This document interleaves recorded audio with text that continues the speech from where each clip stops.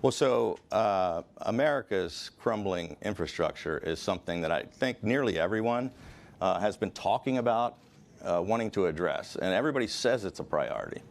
You hear the Trump administration say it's a priority. Both Republicans and Democrats in Congress have said it's a priority. All of my colleagues, the governors on both sides of the aisle, all across all 50 states, have said this is one of their most important issues. And yet we haven't really seen much action here in Washington. Governors, on the other hand, have to actually move forward and do transit projects and roads and bridges and tunnels anyway, even without that action. And so we've had to get kind of creative and do things that are maybe outside the box. I, as the chairman of NGA, had the opportunity to pick an initiative to focus on for the year-long chairmanship, and I picked rebuilding America's infrastructure. And we've got, while you don't have 100% agreement among all the folks on both sides of the aisle, we do agree that it's the most important priority. I've been holding infrastructure summits all across America and a few internationally, where we're trying to get the best ideas from the governors who are doing good things, from the private sector, from academia, from various levels of government, and from nonprofits to say, what are all the possible solutions? Let's lay them out there, and then see which things work in which states, and then what kinds of recommendations can we make to see if we can't get some action in Washington. Gas taxes are one possible solution, although we're trying to get people to stop using gas, so it's a declining revenue. We're moving to electric vehicles and hydrogen fuel cells, so you can't finance the future on something that you're trying to get people to stop doing.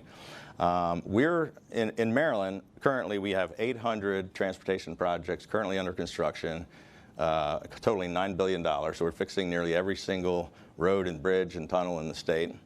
We're building the largest P3 transit project in North America, the Purple Line, here in the Washington suburbs.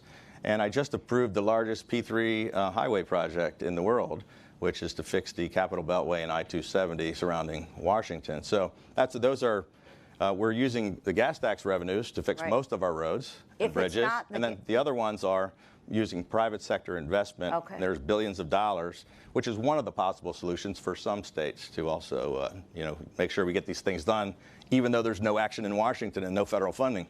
Right. There's not besides the gas tax, is there something else that you are recommending to leaders in Washington? Well, so to allow the flexibility to encourage the states to make decisions like we're doing and other states are doing to encourage private sector investment. In Australia, we just did a trip to Australia, where nearly all of their infrastructure is being done by private sector investment.